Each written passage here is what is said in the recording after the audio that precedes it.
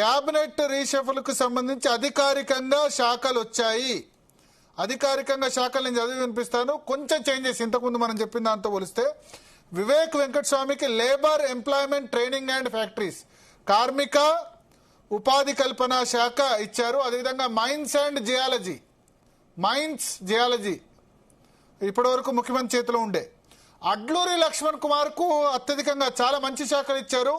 Schedule caste development department, SC development, tribal welfare department, minority welfare, department of empowerment persons with disability అంటే వికలాంగ సంక్షేమం, minority సంక్షేమం, tribal సంక్షేమం, SC సంక్షేమం. చాలా important portfolios Adluri Laxman కుమార్కి ఇచ్చారు. వాకిటి శ్రీహరికి animal husbandry, dairy development and fisheries, పశు సంవర్ధక, మత్స్య శాఖ ప్లస్ స్పోర్ట్స్ అండ్ యూత్, ఈ శాఖలేమో వాకిటి శ్రీహరికి ఇచ్చారు. ఇంతకుముందు మన వివేక్ కి స్పోర్ట్స్ అండ్ యూత్ సర్వీస్ ఇచ్చారనుకున్నాం, బట్ అది వాకిటి శ్రీహరికి ఇచ్చారు. ఎస్ ప్రకాష్ గారు, అంటే home, education, municipal administration CM దగ్గరే ఉన్నాయి.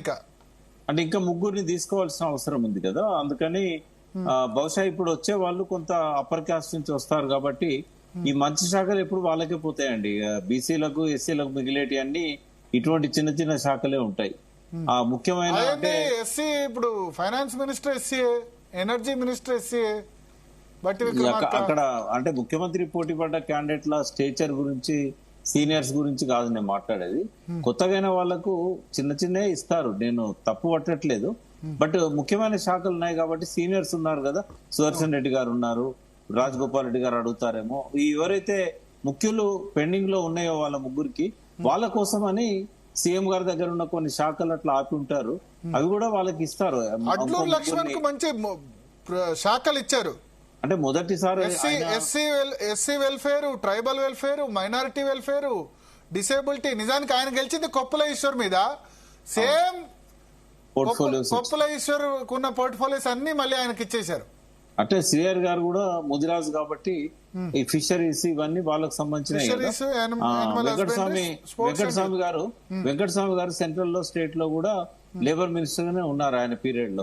కాబట్టి అయితే వినోద్ కూడా అదే ఉండే, ఇప్పుడు వివేక్ వచ్చినా అదే వచ్చింది. కానీ వివేక్ వెంకటస్వామి గారికి ఇండస్ట్రియలిస్ట్, డాక్టర్ చాలా ఇంపార్టెంట్ పోర్ట్ఫోలియోస్ ఇస్తారనుకున్నారు. అవును, చేయడానికి పెద్దగా అవకాశం లేదు. ఇప్పుడు లేబర్ అండ్ ఎంప్లాయ్మెంట్, ఎడ్యుకేషన్ ఇవ్వాల్సి ఉండే. ఎడ్యుకేషన్ అన్నారు, కొంతమంది ఫైనాన్స్ కూడా అన్నారు, బట్టి దగ్గర నుంచి తీసుకుని ఇస్తారు అని చెప్పి. సీఎం గారి దగ్గర ఎడ్యుకేషన్ ఉంది కాబట్టి అది ఇస్తారేమో అని అనుకున్నాను నేను, మీకు చెప్పాను కూడా. అవును, అదే అది ఇవ్వలేదు. మైన్స్ అండ్ జియాలజీ బహుశా మైన్స్ అండ్ జియాలజీ అంటే ఏం లేదు దానిలో చేయడానికి ఏం లేదు కలెక్షన్. బట్ ఆయన హానెస్ట్, మీకు ఒక విషయం చెప్తా, ఆయన హానెస్ట్, ట్రూత్ఫుల్, ఆయన అయితే డబ్బులు వసూలు చేయరని ఆయనకి ఇచ్చి ఉంటారని కాదు. 91% ఇన్కమ్ తగ్గిపోయింది మైన్స్ అండ్ జియాలజీలో. ఎందుకంటే కొన్ని పాలసీస్ మార్చాలంటే రేవంత్ రెడ్డి గారు మార్చలేరు. అక్కడ చంద్రబాబు మార్చారు, బట్ ఇక్కడ ఈయన మార్చలేరు. టోటల్ గా క్వారీస్ అన్ని బంద్ అయిపోయినాయి. అనుబంధ పరిశ్రమలు 1000కి పైన బంద్ అయిపోయినాయి. దయాకర్ గారు చెక్ చేసుకోవాలి. గ్రానైట్ ఇండస్ట్రీ పోయింది. మైన్స్ అండ్ జియాలజీలో కేవలం ఇసుక తప్ప ఏం లేదండి, ఒక ఇసుక ఒక్కటే నడుస్తున్నది. ఇసుక దందాలు మాత్రం మంచి ఎమ్మెల్యే అదొకటే నడుస్తుంది. హరీష్ గారు, మీ రియాక్షన్ పోర్ట్ఫోలియోస్ మీద? పోర్ట్ఫోలియో అంటే కార్మిక శాఖ వెంకటస్వామి గారు తను కార్మిక ఉద్యమం నుంచి వచ్చిన నాయకుడు.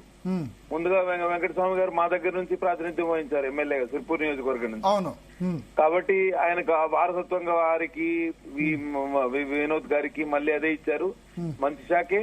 దాంతో పాటు మైన్స్ అండ్ జియాలజీ మంచి శాఖనా? మీకు వివేక్ వెంకటస్వామి గారు సన్నిహితులు అంటే పార్టీలకు అతీతంగా మీరు అప్పుడు నాకు గుర్తుంటే బీజేపీ కూడా ఆయన సమక్షంలో జాయిన్ అయ్యారు, కానీ నాకైతే అప్రధాన శాఖలు ఇచ్చారని అనిపిస్తుంది. అంటే అప్రధాన్యం అని హోము, ఎడ్యుకేషన్, ఫైనాన్స్ అని చెప్పి లాస్ట్ కు లేబర్, ఎడ్యుకేషన్ ఇస్తారేమో. ఒక రకంగా ఏమనుకున్నా డాక్టర్ గారు కదా, నేను ఆయనకి ఫస్ట్ రోజు రాజ్భవన్ లో కలిసిన రోజు ఆ ప్రమాణ స్వీకారం అయిన తర్వాత, మీరు మెడికల్ అండ్ హెల్త్ తీసుకోండి సార్, మీరు డాక్టర్ గా కొంత you can do a better job అని చెప్పాను. మీరు కూడా డాక్టరే కదా? నేను డాక్టర్నే, కానీ ఒక సాటి డాక్టర్ని అంటే సాటి డాక్టర్ కాబట్టి డాక్టర్ మెడికల్ అండ్ హెల్త్ ఇస్తారు అని అనుకున్నారు. కొంత అవగాహన ఉంటది, కొంత అడ్వాంటేజ్ ఉంటది. డాక్టర్లు కొంత ఈగోయిస్టిక్ పీపుల్ మామూలుగా, వాళ్ళు నాన్ డాక్టర్ చెప్తే అంతగానం వినరు. ఓకే. సో ఒక డాక్టర్ ఆ స్థాయిలో ఉంటే కొంచెం ఆజమాయిషీ చేయడం కూడా ఈజీ అవుతుందని మాకు అనిపించింది. అందుకని నేను సలహా ఇచ్చాను ఆ రోజు. కానీ అది కాలేదు, ఎడ్యుకేషన్ కాలేదు. సరే, ఈ విచారం ఏ శాఖ అనేది కాకుండా మా జిల్లా వెనుకబడ్డ జిల్లాకి ఇన్ని రోజులు ప్రాతినిధ్యమే లేకుంటే కేబినెట్ లో ఇప్పుడు ప్రాతినిధ్యం వచ్చినందుకు సంతోషించాలి. అంటే ఏ శాఖ అంటే ఇప్పుడు మైనింగ్ జియాలజీలో పెద్దగా చేసేందుకు ఏముండదు. కార్మిక శాఖ కూడా ఓకే, సెంట్రల్ కార్మిక శాఖ ఓకే. న్యాయశాఖ ఇచ్చినట్టున్నారు కదా? లేదు ఇవ్వలేదు. ఇప్పుడు మళ్ళీ చేంజ్ అయింది. ఇప్పుడు న్యాయశాఖ, స్పోర్ట్స్, యూత్ కూడా మొదలు వివేక్ వెంకటస్వామి అన్నారు, కానీ ఇప్పుడు కాదు. Only mining and geology, labour and employment అంతే. ఫ్యాక్టరీస్ అక్కడ వరకు ఇచ్చారు. లేబరు, మైనింగ్, జియాలజీ అంతే, 2 శాఖలు మాత్రమే. దయాకర్ గారు, ఇంతకు ముందు మనం అవన్నీ చర్చించినవి, కాకపోతే చర్చించిన దానిలో కొంచెం చేంజ్. ఇంకా లక్ష్మణ్ కి మైనారిటీ కొంచెం ఇటు అటు కొంచెం అని. కానీ కాంగ్రెస్ ప్రభుత్వంలో మంత్రిగా కావడమే ఒక రకమైన విజయము, గుర్తింపు ఇంత పోటీలో. కాబట్టి వాళ్ళందరినీ అభినందిద్దాం అంత మేరకి.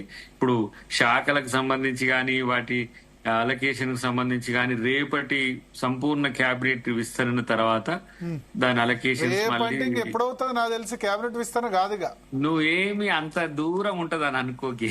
నేను అడిగిన పీసీ చీఫ్ ను 6 నెలల తర్వాత ఉండొచ్చు అని అన్నారు. నా మొన్న లైవ్ లోకి వచ్చారు.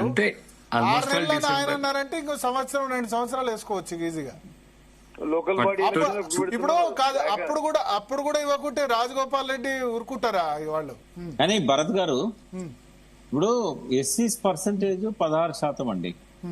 వాళ్ళ క్యాబినెట్ లో దక్కింది 23%. బీసీల పర్సెంటేజ్ 52%. ఎస్సీలకు 27%. కాదు, ఎస్టీలు కలిపితే ఓన్లీ 15 మందిలో 4 ఎస్సీలు అండి. దేశంలో ఎక్కడా లేదు. ఇక్కడ నేను చెప్పేది దేశంలో ఎక్కడా లేని రిప్రజెంటేషన్ ఇచ్చింది కాంగ్రెస్. మన జనాభాలో నేనేం కంపేర్ చేస్తున్నానంటే 56% అని రేవంత్ రెడ్డి గారే చెప్పారు బీసీలు. 56% ఏమో ఎన్ని ఉన్నాయి ఇప్పుడు? 20% ఇచ్చారు. 20 ఎన్నున్నారు? 15లో ముగ్గురే. 15 కాదు కదా, 18 ఇవ్వాలి కదా. ఇప్పుడు ఉన్న వాళ్ళ సంఖ్య చెప్తున్నా.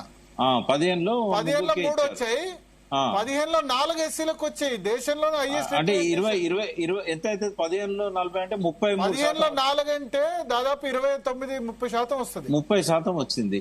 అంటే ఏం సామాజిక న్యాయం జరిగింది? అరే మంచి ఇచ్చినట్టే కదా ఎస్సీలకి. అదే ఎస్సీలకు ఇవ్వడం తప్పేం లేదు, కానీ బీసీలను అన్యాయం చేయడం ఎట్లా కరెక్ట్ అవుతుంది? 56% ఉన్న వాళ్ళకి అట్లా కాదు. 56% ఉన్న వాళ్ళకి 3, అవును. ఈ 16% ఉన్న వాళ్ళకేమో 4. అయితే నేను ఈ విషయం అడిగాను మహేష్ కుమార్ గౌడ్, నిన్ననే లైవ్ లోకి వచ్చారు. నాకు ఆయన ఏమన్నారంటే, ఇంకొక బీసీకి వచ్చేది మన ముగ్గురిట్లో. అయితే ఏంటంటే ఇప్పుడు వివేక్ వెంకటస్వామి పేరు డిసైడ్ అయింది కాబట్టి మాలకు ఇచ్చినప్పుడు మళ్ళీ మా దగ్గర ఇవ్వకపోతే పంచాయతీ అవుద్దని లాస్ట్ మినిట్ లో అడ్లూరు లక్ష్మణ్ వచ్చింది. ఇంకొక 2 బీసీలకు ఇవ్వాల్సి ఉండే నిన్న, కానీ 2 బీసీలకు ఇవ్వకుండా. అంటే ఇక అది కాదు, అప్పర్ కాస్ట్ పోటీ వచ్చినా బీసీ బలి కావాలి, ఎస్సీల పోటీకి వచ్చినా బీసీ బలి కావాలి. ఏం అన్యాయం అండి ఇది? బీసీలు సామాజిక న్యాయం, రాహుల్ గాంధీ సామాజిక న్యాయం గురించి మాట్లాడతాడు. ఎస్సీలకు పూర్తి న్యాయం జరిగింది, కానీ బీసీలకు ఇంత అన్యాయం ఎట్లా అంటున్నాను. నిజంగానే అన్యాయమే. కానీ ఒకటి మీకు ఇక్కడ గుర్తు చేయాలి, కాంగ్రెస్ లో గెలిచింది 7 బీసీలే. ఎంతనా కానీ వాళ్ళు టికెట్లు ఇచ్చింది 19-20. ఆ 19-20లో ఓల్డ్ సిటీ 3-4 ఉన్నాయి, ఎట్లా గెలవనివి. ఎమ్మెల్సీలు ఉన్నారు కదండి, ఎమ్మెల్సీలకి వెళ్ళి తీసుకోవచ్చు కదా. ఎమ్మెల్సీలు ఇప్పుడే కదా, అంటే బీసీలు ఉన్నారు కదా ఎమ్మెల్సీ. విజయశాంతి కాదు, రాష్ట్ర అధ్యక్షుడు విజయశాంతి బీసీ కాదు. విజయశాంతి బీసీ కాదు. బీసీ కాదా? కాదండి, వాళ్ళ తండ్రి రెడ్డి, వాళ్ళ తాత శ్రీ వైష్ణవ్. ఆమె బీసీ మీటింగ్ లకు అటెండ్ అవుతుంది. ఆమె అవుతున్నది, కానీ ఆమె తెలంగాణని క్లెయిమ్ చేసుకోవచ్చు, కానీ బీసీ అని క్లెయిమ్ చేసుకోవద్దు. వాళ్ళ నాన్న రెడ్డి గారు విజయవాడ, వాళ్ళ తాత మా దగ్గర మొలుగు, ఆయన శ్రీ వైష్ణవుడు, వాళ్ళ నానమ్మ అమ్మమ్మ రాజ్పూత్. ఎట్లా అవుతుందండి బీసీ? ఓకే, విజయశాంతి బీసీ కాదంటారు. ఎస్ దయాకర్ గారు. ఇప్పుడు ఒకటి ఇక దాంట్లో మనము ఏంది వెతుక్కుంటూ వెతుక్కుంటూ పోతే వీళ్ళకి ఎందుకు ఇచ్చిండ్రు వాళ్ళకి ఎందుకు ఇచ్చిండ్రు ఇదంతా కూడా description of the chief minister కాదు కాదు, రాటిఫికేషన్ మీ విత్ పార్టీలో కాదు, మీ పార్టీలో కాదు. మా పార్టీలో మీరు మీ ఇవాళ మంత్రి పార్టీలో అవుదురు ఏమున్నది? దయాకర్, మీరు మంత్రి అవుదురు, చీఫ్ మినిస్టర్ డిస్కషన్ ఉంటే మీరు మంత్రి అయ్యేవాళ్ళు. ఇప్పటివరకు అదే ఇప్పుడు మళ్ళా నా కాడికి వచ్చి ఎస్సీ వెల్ఫేర్ నువ్వు ఉండేవాడివి. ఇప్పుడు కంపల్షన్స్ డిఫరెంట్ గా ఉంటాయి, అవి మనకు తెలుసు కాబట్టి అర్థం చేసుకోవాలంతే. అంతే. ఇక ఇప్పుడు రెండోది ఏంటంటే బీసీలకు వచ్చే ఎక్స్పాన్షన్ లో పెంచాల్సిన పరిస్థితి ఉంటది. Exactly. ఎందుకంటే సో ఇంకా 3 ఉన్నాయి కాబట్టి నీకు ఎట్లా ఇయర్ కానీ జర నా కోసం ఫైట్ బీసీల కోసం ఫైట్ చేయి. దయాకర్ గారు 3లో 2 రెడ్లకు ఇవ్వకపోతే పార్టీ ఇగో ఒకటి ఆల్రెడీ మొన్న ఎమ్మెల్సీ రెడ్డికి ఇవ్వలేదని, ఇప్పుడు మన మంత్రివర్గంలో కూడా రెడ్డికి ఇవ్వలేదని బాగా జరుగుతుంది రెడ్ల వాట్సాప్ గ్రూప్ లో. నేనేమంటున్నా, రెడ్లను సాటిస్ఫై చేస్తారు, బీసీలను సాటిస్ఫై చేస్తారు. ఎస్సీ కోటాను అయితే ఇప్పుడు కంప్లీట్ అయింది కదా, అకార్డింగ్ టు దాంట్లో ఎక్కువైంది కదా. సో ఇచ్చేది ఉంటే వాళ్ళకి ఇప్పుడు విప్పులు ఉన్నాయి, చీఫ్ విప్ ఉన్నది, కొన్ని ఇంకా పదవులు ఉంటాయి. సో వాటిని కూడా సాటిస్ఫై చేసే ప్రయత్నం చేసి దేర్ మేబీ ఆల్టర్నేటివ్స్ కూడా కదా, మళ్ళీ ఎక్స్పాన్షన్ కి ఏమైనా ఆల్టర్నేటివ్ ఉండొచ్చు, మళ్ళీ రీఅకామిడేట్ చేయొచ్చు, అట్లాంటి పరిస్థితులు కూడా ఉండొచ్చు కదా రేపు. కాబట్టి అన్నిటి కూడా ముందు దృష్టిలో పెట్టుకునే ఏదైనా జరుగుతుంది. కాంగ్రెస్ ఇంత ఆలోచిస్తుంది అని అంటేనే అంత కంపల్షన్ ఉంది అని అర్థం. లేకపోతే దయాకర్, 300 కాపు లేని మొట్టమొదటి కేబినెట్ స్వాతంత్రం వచ్చిన తర్వాత ఇప్పుడు 300 కాపు వచ్చింది, లంబాడా వచ్చింది, నాకు ముస్లిం వచ్చింది. చెప్తుంది కాదు, పద్మశాలి అండి. భర్త కులం సుప్రీంకోర్టు జడ్జిమెంట్ ఉంది, భర్త భార్యకి ఎలక్షన్లలో పనికిరాదు. సరే ఏదున్నా ఒకటైతే వాస్తవం ఏంటంటే మాక్సిమం సంతృప్తి పరిచే ప్రయత్నం అయితే అధిష్టానం చేస్తూ ఇటు ముఖ్యమంత్రి గారు కూడా చేస్తున్నారు. శాఖల విషయంలో డెఫినెట్ గా రేపు ఓబీసీలకు కూడా మంచి శాఖలు వచ్చే అవకాశం లేకపోలేదు. మేము ఇప్పుడైతే లేదు, ఇప్పుడు వాకిట్ శ్రీగారికి ఇచ్చింది అయితే మళ్ళా గదే మీరు అన్న బర్రెలు గొర్రెలు చేపలు ఆ శాఖనే ఇచ్చారు. కాదు, మా యానిమల్ హస్బెండరీ ఫిషరీ అంటే మీరు అన్నారు కదా, మా బీసీలకు బర్రెలు గొర్రెలు చేపలు అంటే మళ్ళీ శాఖ కూడా గదే, బర్రెలు గొర్రెలు చేపల శాఖనే ఇచ్చారు వాకిటి శ్రీగారికి. మా పార్టీ బాస్ మల్లికార్జున ఖర్గే, మా పార్టీ ఇక్కడ పిసిసి బాస్ మహేష్ కుమార్ గౌడ్ అంటారా? ఓకే, మరి ఓబీసీనే మా నాయకుడిని చేసుకున్నాం. అట్లా కాదు, అధికారం ఉన్నప్పుడు సీఎం కదా ముఖ్యం. సీఎం ఓకే, కానీ ఎట్ ద సేమ్ టైం మీరు సీఎంలంతా రెడ్డి లెక్కిచ్చి రాజశేఖర రెడ్డి ఇచ్చినప్పుడు డి శ్రీనివాసే, బొత్స సత్యనారాయణ, కేశవరావు. మీరు ముందుకు పోండి. ఏఐసిసి ప్రెసిడెంట్ మీకు ఎవరు ఇవాళ? ఒక దళితుడే కదా ఉన్నది, మల్లికార్జున ఖర్గే కదా. ఇప్పుడు ఆ పని కేసీఆర్ గారిని చేయమనండి. జాతీయ పార్టీ ఇక్కడ 25 సంవత్సరాల నుంచి ఒక్కడేనే జాతీయ పార్టీకి ఆయన ఏ ప్రాంతీయ పార్టీకి అధ్యక్షుడు. అది కాదు, ప్రాంతీయ పార్టీలన్నీ కుటుంబ పార్టీలే. నేను ఒకటి చెప్తున్నా, బీసీలకు శాఖల విషయంలో అయితే అన్యాయం జరిగింది. పొన్నం ప్రభాకర్ కు బీసీ వెల్ఫేర్, ట్రాన్స్పోర్టు, కొండా సురేఖకు దేవాదాయ శాఖ, ఎన్విరాన్మెంట్, మన వాకిట్ శ్రీయర్కి ఇచ్చింది మీరు అన్నట్టు మీ భాషలో చెప్పాలంటే బర్రెలు గొర్రెలు ఏమంటారు చేపలు, అదే శాఖ ఇచ్చారు. మళ్ళా అది కాకుండా స్పోర్ట్స్ ఒకటి ఇచ్చారు. మంచి శాఖలు బీసీలకు అయితే లేవు. ఎస్సీలకు ఇంకా బట్టి విక్రమార్కకి ఎనర్జీ ఉంది, ఫైనాన్స్ ఉంది, అడ్లూరు లక్ష్మణ్ కు మంచి పోర్ట్ఫోలియోస్ ఇచ్చారు. కానీ బీసీలకు అయితే శాఖల విషయంలో న్యాయం జరగలేదు, మంత్రి పదవుల విషయంలో కూడా న్యాయం జరగలేదు. అది మరి ఇప్పుడు భరత్ గారు వాళ్ళంతా ఏం కావాలి? ఇప్పుడు ఇటు టీఆర్ఎస్ ఏమో పట్టించుకోవద్దు బీసీలను, అటు పక్కనేమో కాంగ్రెస్ అన్యాయం చేస్తారు. ప్రకాష్ గారు కొత్త పార్టీ పెట్టాలి, సిద్ధాంత అందరం కలిసి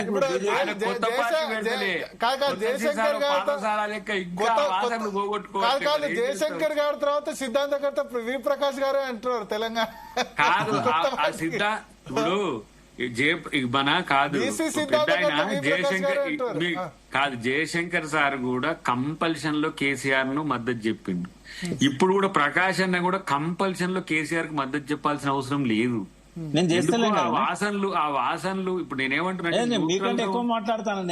మాట్లాడుతున్నావే, కానీ అదేదో ప్రేమ, దూర ప్రేమ. కాళేశ్వరం ఒకటే, కాళేశ్వరం సబ్జెక్టు ఒకటి పక్క పెడితే నేను ఏ విషయంలో చూద్దాం. బీసీ పార్టీ మీరు అన్నారు కదా, బీసీ పార్టీ వస్తే నేను నడిపిస్తాను వెనక్కు ఉండి రావాలి అని అన్నారు కదా. ఎప్పుడు ఎన్నుకుండే బీసీ పార్టీ వస్తే బీసీ అస్తిత్వంతో వస్తే నష్టం లేదు కానీ anti OC anti SC ST అట్లా రాకూడదు. ఎందుకంటే నేను కొన్ని తీర్మానం గ్రౌండ్ ప్రిపేర్ చేస్తున్నారట నాకు తెలిసి వి ప్రకాష్ తో కూడా మాట్లాడి ఉంటారు. నేనేమంటున్నానంటే ఎవరైనా ఇగో భరత్ భాయ్ ఎవరైనా పార్టీ పెట్టుకునే స్వేచ్ఛ హక్కు రాజ్యాంగం కల్పించింది, దాన్ని నువ్వు నేను అడ్డుకునేది లేదు.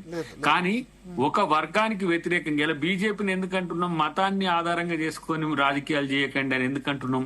మతం కులం ప్రాంతం కాకుండా ఒక ప్రజాస్వామిక వాతావరణంలో ఎవరి నాయకత్వంలో నడిచినా కూడా మీరు మంచి ఆలోచన ఎట్లా లాలూ ప్రసాద్ యాదవ్ పాజిటివ్ గా పోవాలి, ములాయం సింగ్ యాదవ్ ఎట్లా సక్సెస్ అయ్యిండు, ఆయన ఒక్క వాళ్ళ కమ్యూనిటీని పట్టుకుంటూనే అయిందా. కాబట్టి మనము ఇతరుల వ్యతిరేకంగా పార్టీ పెట్టడం అనేది కాదు, మనకు అనుకూలంగా పెడుతూనే ఇతర వర్గాలను కలుపుకోపోయే ఒక తత్వం ఉండాలి. అది కుల ప్రజాస్వామ్యం లేదంటే సామాజిక ప్రజాస్వామ్యం ఉన్నప్పుడే అది సాధ్యం.